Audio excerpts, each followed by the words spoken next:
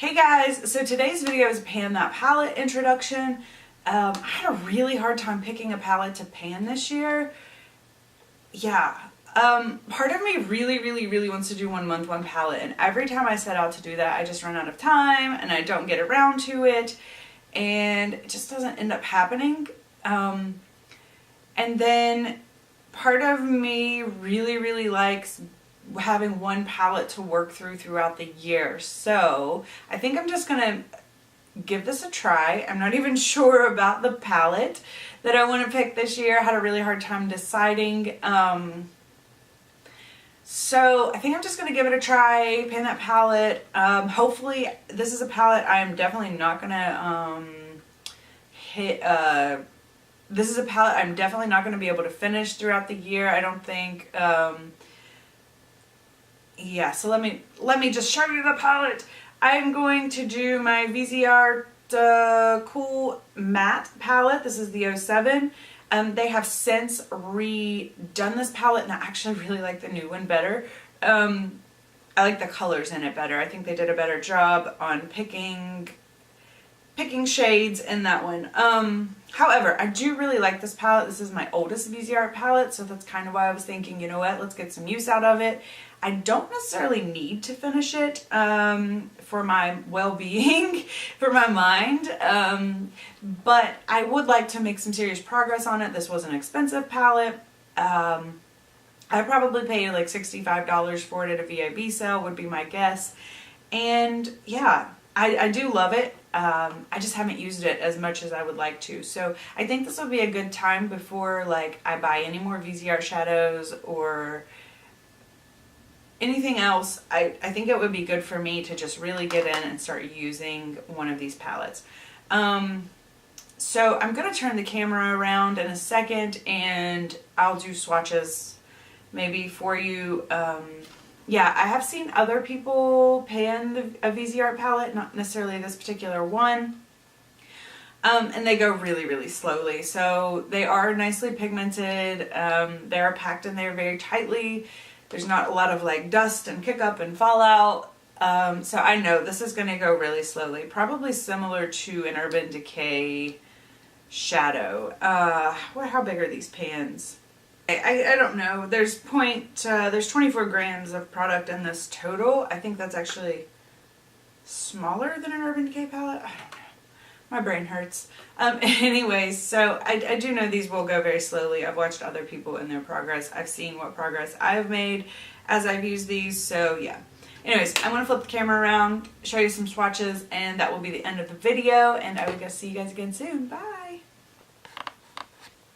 Okay guys, we're going to try to swatch this palette. I'm sorry if it's a little bit disorienting. I am trying something a little different with my setup. If it doesn't work, I'll try something different next time I swatch, but let me go ahead and get started. I have, I did put a primer down. It's Too Faced Shadow Insurance simply because that's what I am trying. I just want to get rid of it.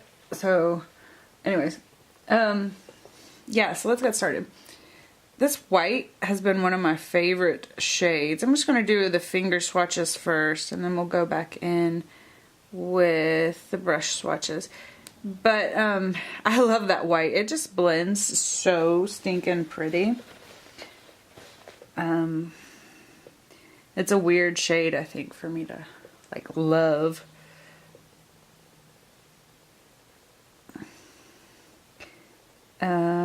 Yeah, and I'm not like trying to prove anything with my swatches here. So I think these are beautiful shadows. I was really just trying to show you the color. Let's do this other arm.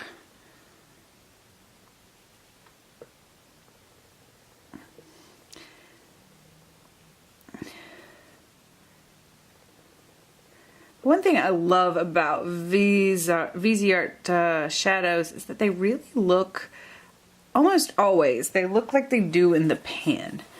And so that makes it really easy, like if you're not super familiar with the palette, it makes it really easy to pick that shadow up and just put it on your eye, because you pretty much know what it's going to look like. It's like I don't have to feel like I have to practice with them first like I do with some other brands. Oops, I didn't leave enough room for brush swatches. Anyways, let's see if we can build this one up. That is another thing. A lot of times Viseart shadows are meant to be... Alright, now we'll do some brush swatches. They are meant to be layered twice. You're meant to be able to go in with your brush twice and get to the full impact. Sometimes I've noticed that it's not always exactly twice, but so it's like the first layer is meant to be somewhat soft, so you can kind of get the idea where you're going and blendable, and then you know you get in with the color impact and payoff on the second. So that being said, I might do 2 on some of these and then maybe not on others. I don't know. Let's see. Can we see? Are we all in the camera here? We don't give people enough credit for swatching on YouTube.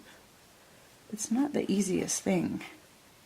So I was a little bit hesitant to pick this palette because it is so cool toned, and my skin is like pretty neutral in the winter, but in the summer I get a very warm color to my skin. So I don't know how these are going to fare throughout the year. I'm also not using the best brush. So yeah, I don't know how like throughout the year, like right now I'll be able to use them, but I might want to do something a little bit different throughout the year. Let's do another. Yeah, see, that's getting... Alright, this pink shade was kind of a fail for me. I just never... I don't know. Not really, I guess. It is pretty. I had my watch on earlier. I'm sorry. That's what that bumpy stuff is. Alright, let's go to the other arm. Brushy swatches. I'm going to move these. This is my left hand, so these were probably going to get much uglier. I am somewhat ambidextrous, but I'm not super great with my left. I think my kid is going to be, he's having trouble like eating with his fork, and I feel like it's because he doesn't know which hand to use. It's like, I can't really explain it. It's like he gets confused of which hand he's supposed to use or something. So then he'll hold his fork in one hand and eat with the other hand.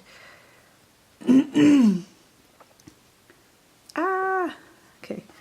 Crazy left-handed drunk driver. I know my brother's left-handed, and some family members are some other family members are left-handed, so it runs in my family. I actually write, when I write left-handed, it's actually mirror image of what I write right-handed. I've heard, I mean, I think that that's somewhat common for people who are somewhat ambidextrous. Probably not even saying that word right.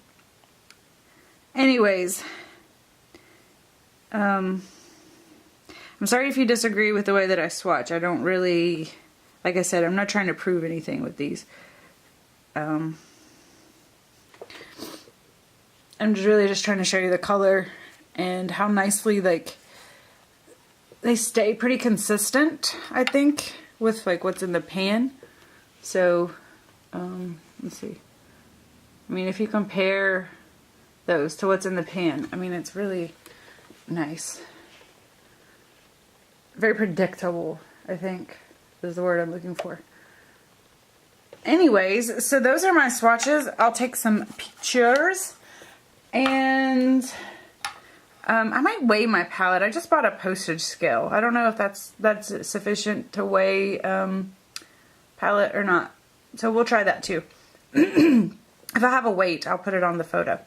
Okay, alright, thank you guys, and I'll see you next time. Bye!